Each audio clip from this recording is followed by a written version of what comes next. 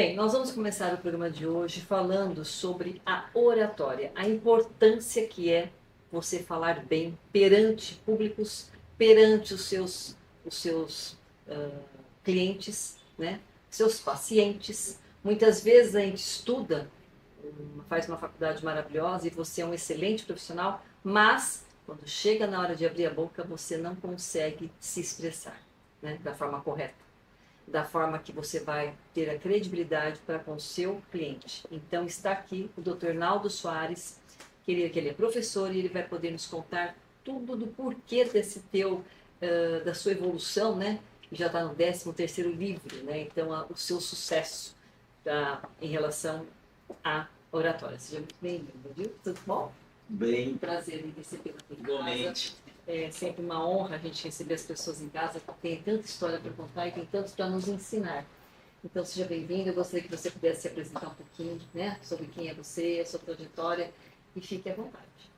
Tenho 25 anos que moro aqui em São Paulo, sou de Maceió, da capital. É coisa boa, povo do Nordeste no geral. Um beijo grande para todos vocês. Aliás, a Rede STP TV vem de Sergipe. Que bacana. É isso aí. Eu vim com uma tia conhecer São Paulo, tinha entrado na Marinha, aí percebi que não ia ficar na Marinha. Não ia vingar. Voltei para Maceió e retornei com 23 anos e entendi que era necessário estudar o caminho do sucesso. E ali, na 8ª série, terminei os estudos, fui estudar psicologia. Ah, você fez psicologia. Psicologia em primeiro lugar, ali peguei a minha formação, Uhum. depois me arrependi, Do quê? porque não era aquilo que realmente eu queria, Não era psicologia. não era psicologia. Mas ela serviu para muita coisa. mesmo assim, trabalhei na área. Trabalhou. Aí fiz o pós, psicologia transpessoal, e eu queria entender sobre a parte mista. Como é que um ser humano melhora a sua alma? Com palavras, com sentimento, olhando, vendo, escutando, sentindo. Na realidade, eu estava bloqueado eu mesmo ali, porque não era o foco. Deixei a psicologia e conheci a área do direito. 5 anos. Meu Deus do céu! Mais 5 anos.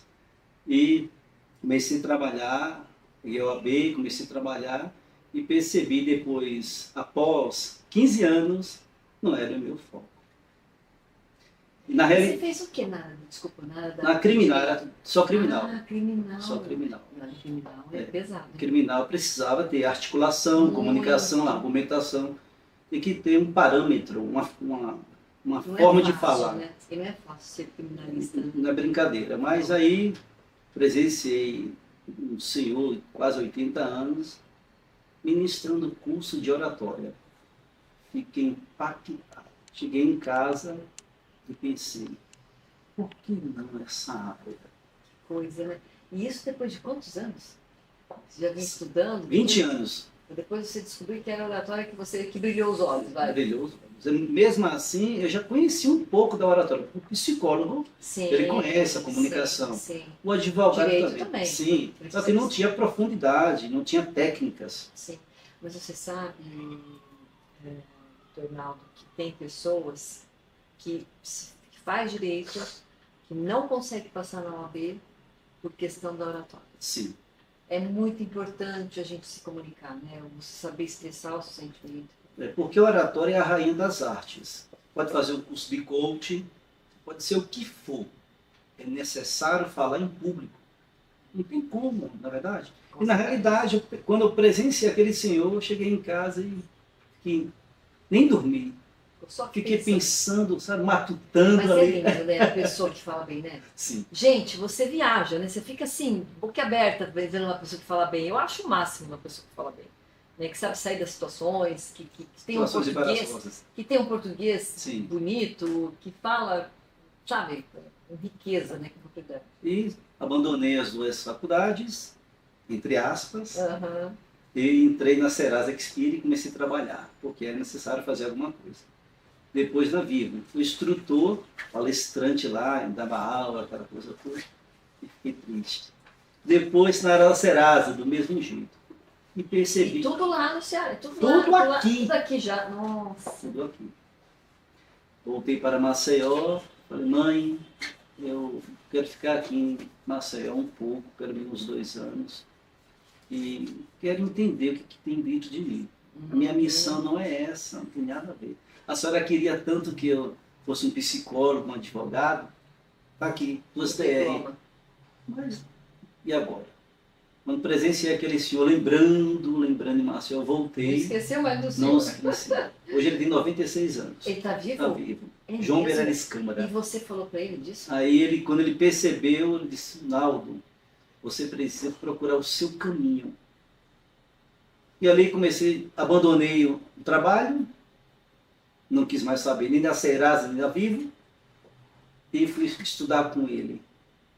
Mais forte. Então ele fez, durante muitos anos, ele foi... Ele tem 60 anos de curso de oratória. Que beleza. Só oratória. Aqui em São Paulo? Aqui em São Paulo. Só que ele, Doutor João Meirelles Câmara, ele é um sociólogo e advogado criminalista. Eu procurei estudar também ser advogado criminalista por causa dele. Entendi. Porque ele dava aquele grito, ele pulava, fazia aquele teatro, então Entendi. presenciava as audiências. Então era necessário eu compreender que tipo de oratória era essa aí. Então eu fiquei com ele 10 anos. Nossa, estudando com ele. Estudando. Só que tem um detalhe nessa história. Para terminar um curso de psicologia, 5 anos, e direito, eu vendia material plástico. Olha que Eu fiquei interessante. 15 anos vendendo material plástico, estudava pela manhã psicologia, à noite direito e à tarde vendia meus materiais. Bom, você devia ter um QI bem elevado, né? Sim. Eu acho. Não, é verdade. Porque, gente, uma pessoa que vendia durante o dia e fazia 2 faculdades, Sim. e faculdades totalmente diversas e de muito estudo, porque psicologia você tem que estudar muito. Direito, idem. Eram as 2 faculdades ao mesmo tempo. Então, Eu conheço alguns amigos que já fizeram faculdade ao mesmo tempo e falam, são para pouquíssimos, Sim. para pouco. Imagina. Tem que ter, olha, isso que eu falo, viu? É um tipo de exemplo que você dá para uma sociedade que quantas vezes a gente está ali desanimado, não está nem aí, acha que você não é capaz. A capacidade vem de você buscar e querer, porque todos nós somos capazes das coisas. É uma questão de desenvolver, não é? Basta querer. Eu queria voltar para Maceió e ele sempre falava essa frase: volta lá para sai da sua mãe. Então essa frase fez eu me apoiar e dizer: não vou voltar para os meus familiares. Só que dentro dessa interação, dessa história linda, tinha outra frase que meu pai era lutador de boxe, no Japão, Escócia, Inglaterra. Ele disse antes de falecer: você é mole, você é muito mole. Então essa frase marcou mais do que o do meu professor. Então a psicologia e o direito não ajudou a arrancar essa frase. Eu sei. Coisa, né? As lutas do dia a dia, os embates, os problemas alheios, não arranhou eu por dentro para dizer assim, você é outra pessoa. Nada disso. Aí eu comecei a me aprofundar. Mas por que você acha que ele fala que você não? Porque quando eu lembro quando eu tinha 5 anos, antes de ele morrer, ele disse: olha, eu nunca parei de estudar. Meu pai falou isso para mim. Nunca parei de estudar e cuida da sua mãe. Então, eu chorei nesse momento, quando ele falou isso. Bem perto, assim, do quarto. Eu fiquei triste ali naquele momento e isso nunca mais saiu da minha mente. Isso fez com que eu, todas as vezes que eu encontrava uma luta, uma batalha, um desafio, eu recuava, puxava o freio de mão. Eu sei.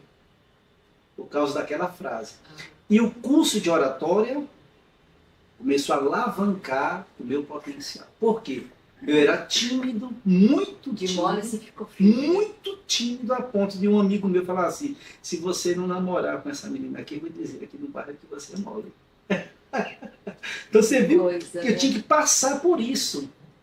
O que é realmente, às vezes, palavras, né, na nossa adolescência, na nossa infância, marca.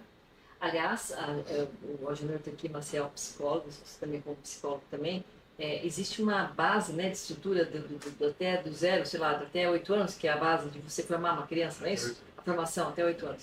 E tudo que acontece até 8 anos de idade, aquilo que você escuta, aquilo que você vê, ou aquilo que te traumatizou, fica.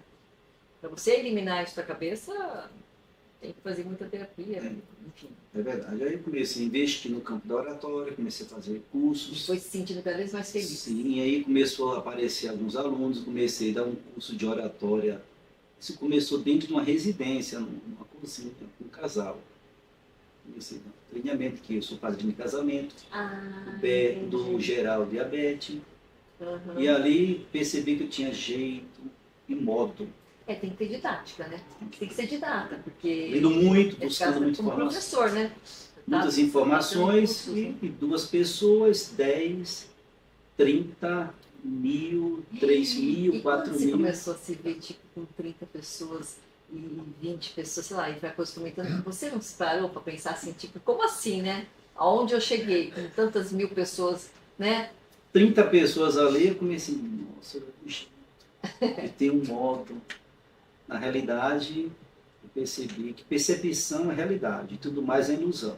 A realidade que tem na nossa cabeça, na realidade que está no mundo. Você pensa... Agora, você acha que, por exemplo, a oratória, para você convencer umas pessoas de que você é bom, porque assim, eu penso assim, se eu estou de repente numa palestra, né? Você está dando uma palestra, eu estou lá como assistindo essa palestra. Você tem que me prender. Sim. Né? A oratória tem que prender a gente, tem que prender no que essa pessoa está falando. Né? Quando você começa a dispersar, você vai, esse cara não é bom, porque você já começa a voar, viajar em outros lugares. Eu sinto que às vezes tem pessoas que falam tão baixo e que calam um silêncio tão grande nas pessoas escutando. Então, a pergunta que eu quero te fazer. Um bom orador, ele tem que falar, para ele ser um bom orador, ele tem que falar alto? Não necessariamente. Ele pode falar baixo para que as pessoas possam escutar. Porque eu acho que quando você cala, entre aspas, né, a boca da pessoa, tipo, no vulgar, né, mente falando, mas você faz as pessoas se aquietar e escutar uma pessoa falando baixo, você acha que qual é o grau que você pode dizer não? O que é melhor? Assim, quando você se sente que você tem um potencial, bom, ao ponto de segurar uma galera, milhões de pessoas falando baixo. Em primeiro lugar, a pessoa tem que saber o que significa persuasão. Persuasão significa comover e convencer. Você precisa, quando você for falar em público, geralmente as pessoas estão olhando nos olhos e você não tem mais o que falar, olhe na testa da pessoa. Se você está conversando comigo, fazendo esta entrevista, olhando na minha testa, eu nunca vou descobrir. Mas qual é o segredo de olhar na testa? Porque você aumenta a sua argumentação, a sua expressão verbal, a sua naturalidade. Do que olhar nos olhos? Do que olhar nos olhos. Porque eu nunca vou descobrir que você está olhando na minha testa. Você olha na minha testa e nos meus olhos. Na minha testa e nos meus olhos. Uma técnica. Terceiro olho. Entendi. Segundo lugar. Nunca fiz isso, sabia? Eu sempre olhei no olhar. Aliás, eu acho que as pessoas quando conversam com você, por exemplo, e começam a olhar muito perto, eu não gosto. Você gosta? Por exemplo, você está conversando comigo, faltou palavras. Sim. Aí você não sabe mais como encaixar outra palavra. Olhe na minha testa, que naquele presente momento, por segundos, milésimo de segundo, vem um insight na sua mente e você fala aquilo que você queria. Ou então, é mesmo? Ou então você pode falar assim, na verdade, o que eu queria dizer era você larga aquele embaraço, deixa aquele embaraço e você mostra outro caminho. Sim. E você não perde aquele fio da conversa. Sim. Quando você tem um poder de comunicação, porque a comunicação não tem nada a ver com oratória. Comunicação não tem nada... Por que não tem nada a ver? Porque oratória é uma filosofia de vida. Você aprende escutando na oratória, não ouvindo. Você ouve com os 12 ouvidos e escuta com o cérebro. O cérebro, 10 bilhões de neurônios e 100 trilhões de conexões nervosas. Tem momentos que nós lembramos do nosso passado. Por quê? Porque alguém fez você escutar. Porque tem momentos também que você não lembra mais, porque você ouviu. Então a pessoa fica aprendendo, esquecendo, aprendendo, esquecendo. Por quê? Fica aprendendo, esquecendo. Porque nunca aprendeu na realidade. Lembra daquela bronca, daquela chamada? Você até ensina assim, olha, eu aprendi isso aqui, viu? Mas tem coisas que você nem lembra mais. Tem mesmo. Então quando você vai prender uma plateia, um auditório, e você não tem mais palavras para pronunciar, Você olha nas primeiras fileiras, as cadeiras, e dá uma olhada na testa das pessoas e você começa a desenvolver a sua informação, o seu desenvolvimento e também junta a linguagem corporal, que é o queixo abaixo do pescoço, 90 graus, os ombros como um trio elétrico, com muita força se movimentando, e você transmite vigor, energia. E outro assunto muito importante, que é o espírito da fala, que você coloca dentro da sua naturalidade, que é a sua espontaneidade. Do jeito que você está sentada no sofá, batendo um papo, assistindo um programa, pega aquele jeito e pega aquele modo e coloca no palco. Aí você arrebenta. Mas com mais ênfase, na verdade. Sim, porque você... Você sentado no sofá, você está mais tranquilo. Se você pegar aquele jeito ali, aquela tranquilidade que você está... Isso, você pega aquela tranquilidade que você está bem despojada no sofá, pega aquele modo seu bem tranquilo, aquele jeito, e leve para o palco. Por quê, Naldo? Porque você mostra que você tem o quê? Um espírito mais tranquilo para persuadir, comover e convencer. Agora, por exemplo, quando a gente fala na oratória, isso que você está dizendo serve para todos os segmentos? Para quem é pastor, para quem é padre, não precisa nem entrar em, assim, tipo, para quem tem uma religião, né, que é o líder da religião, para quem vai vender um produto, vamos supor, eu sou consultora de moda, então eu vou fazer uma palestra sobre moda. Então, eu fazendo esse mesmo exemplo para todos os segmentos, ele funciona ou tem que ser diferente? Não, tem que ser diferente. Porque, em primeiro lugar, se for um pastor, se ele está falando de assuntos sérios, então ele tem que explorar muito a naturalidade. Porque as técnicas tiram os obstáculos da comunicação. A naturalidade não. Você pode errar, você pode falhar. O público vai olhar e vai dizer, ela é natural, vou te perdoar. Se você for técnica, você não vai receber perdão. Se eu não for natural aqui, eu não recebo perdão. Então, se eu não for natural, se eu for técnico, e agora? Você não pode errar, por exemplo. Se eu for técnico, as pessoas simplesmente vão me cobrar. O cara é técnico, conhece tantas técnicas, por quê? Agora, se eu sou natural, é o jeito dele, é o jeito. E o modo... Que comove e convence. Sim, que mexe com a estrutura dos ouvintes. Vai vender um produto, uma marca, uma ideia, um serviço. Está falando de assuntos sérios? Explore a sua naturalidade.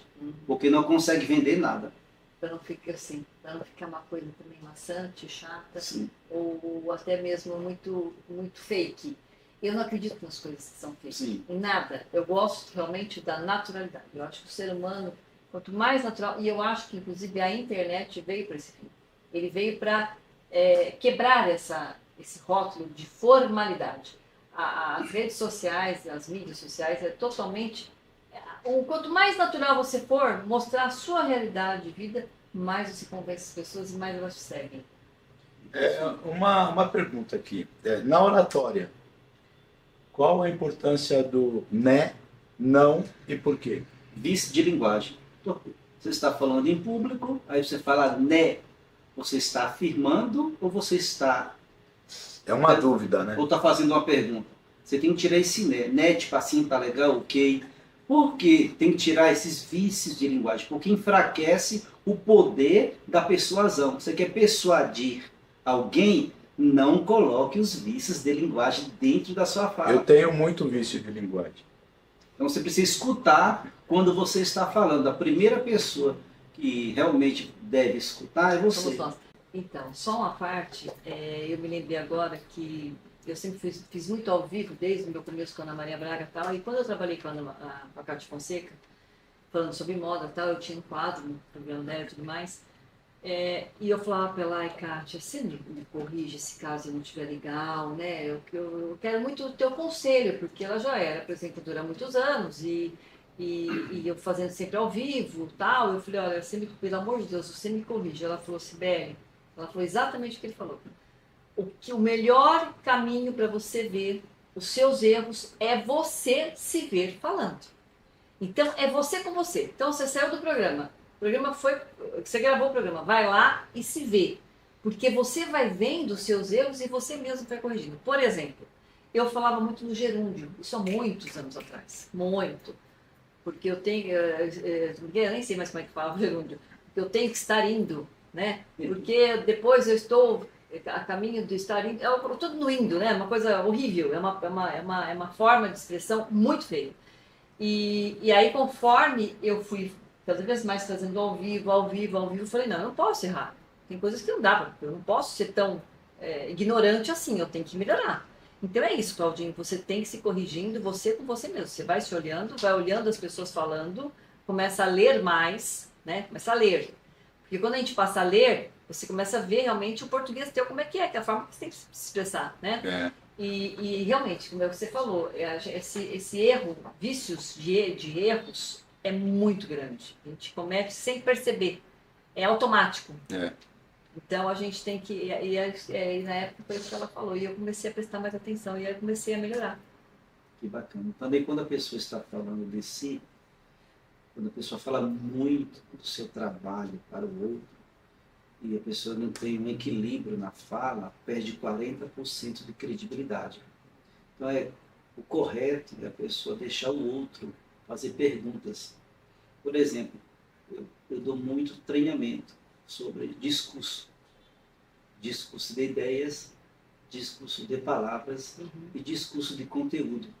Geralmente as pessoas querem o conteúdo, mas esquecem que as ideias podem abrir portas. Então, dentro de um cenário onde a oratória é a rainha das artes e manda e faz e acontece, geralmente as pessoas falam assim, eu quero convencer do outro sem falar muito. Então, fale pouco de você. Aí você convence as pessoas.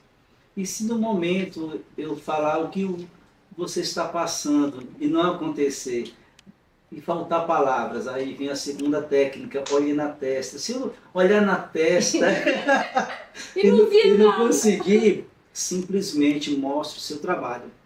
Linguagem corporal, 7% são as palavras, 38% a voz e 55% a linguagem corporal. Fique quieto. Mas eu acho que quando você está fazendo uma entrevista aqui no caso, que a gente está estricando, batendo papo e tal, eu não posso ficar roubando a sua cena, você quem tem que falar. Sim. E você completar a sua linha de raciocínio, né? Que muitas vezes as pessoas também não deixam o outro falar. Pergunta, já quer responder, né? É verdade. A linguagem corporal é o jeito de se portar e também a gesticulação também é a linguagem corporal, né? Por exemplo, a linguagem corporal é uma linguagem silenciosa. Você cruza as pernas, passa no cabelo, você olha com velocidade, você dá um sorriso. Isso tudo vai passando sinais que a pessoa quer falar alguma coisa, ou não está gostando, não está se interessando. Para um orador, ele consegue, se for um orador com conhecimento, ele consegue ver a linguagem corporal de cada pessoa que está sentada ali, se a pessoa está gostando ou não da palestra dele, não consegue? Também ele percebe quando na plateia, a plateia não está gostando do trabalho. A temperatura, né? Sim, ele está falando, ministrando palestras, mas ele está andando demasiadamente para lá e para cá, para lá e para cá. Ele não tá, se ele está andando muito para lá e para cá, atordoa. O que acontece, as pessoas vão perder a concentração. É verdade. Porque se ele está falando, se ele está se movimentando muito, em terceiro lugar, a imagem. Uma imagem vale mais do que 1000 palavras. Se ele está falando e a imagem, ele está gesticulando muito os braços e as pernas, ele está perdendo o poder de conquistar auditório. Por exemplo, eu vou dar um exemplo aqui. Tem aquele senhor, aquele pastor, que eu acho ele muito engraçado.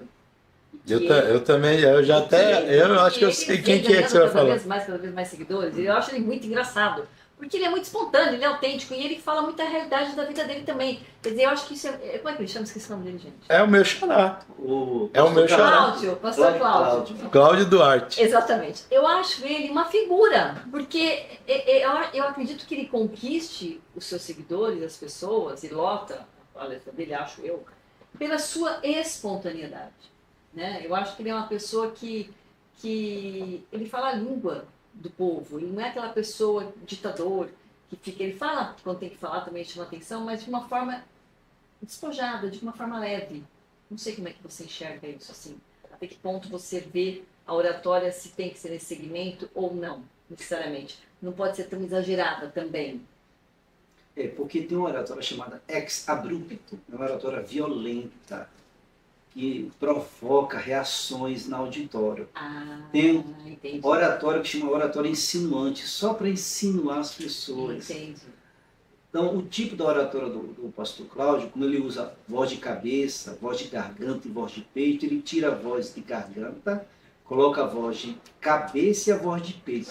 Você pode perceber que ele faz uma alegoria, uma oscilação Uma risada, na voz, né? Uma risadinha também junto gozada. com o texto, porque ali tem homília, tem homilética, exegese e a própria oratória e a teologia.